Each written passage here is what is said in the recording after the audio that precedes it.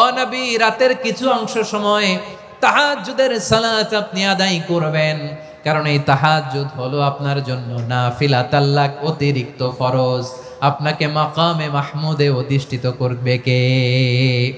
এজন্য যারা সম্মানিত হতে চান, সম্মানের আসনে যেতে চান, তাদের জন্য তাহাজ্জুদ অবধারিত। আমরা রমজানে সাহারির আগে তাহাজ্জুদ পড়তে চাই কি চাই না? এই নামাজটারে আল্লাহ বড্ড ভালোবাসেন, কেন জানেন? কারণ গভীর ঘুমকে স্যাক্রিফাইস করে আমরা এই নামাজ পড়ি। ঘুমের আরবি জানা আছে কারো? ঘুমরে আরবিতে কি বলে? অনেকগুলো আরবি আছে। একটা আরবি হচ্ছে নুআস, তন্দ্রা, তন্দ্রা, আমানাতান নুআসা কোরআনে এসেছে। আরেকটা আছে ঝিমুনি, ঝিমুনি, এইভাবে ঝিমুনি আসে ঘুমের আগে, এটারে বলে সিনা। এটারে কি বলে? সিনা। স্বাভাবিক ঘুমকে আরবিতে বলে নাউম। স্বাভাবিক ঘুমকে কি বলে? এই সিনা আর নাউমকে আল্লাহ এক আয়াতে এনেছেন, লা তাখুযুহু সিনাতু ওয়ালা নাউম। আল্লাহর তন্দ্রা নাই, ঘুম নাই। ঘুমের আগে যে তন্দ্রা আছে ওইটাও নাই। তাহলে নুআস, সিনা, নাউম পেলাম। আরেকটা ঘুমের আরবি হচ্ছে হুজুদ।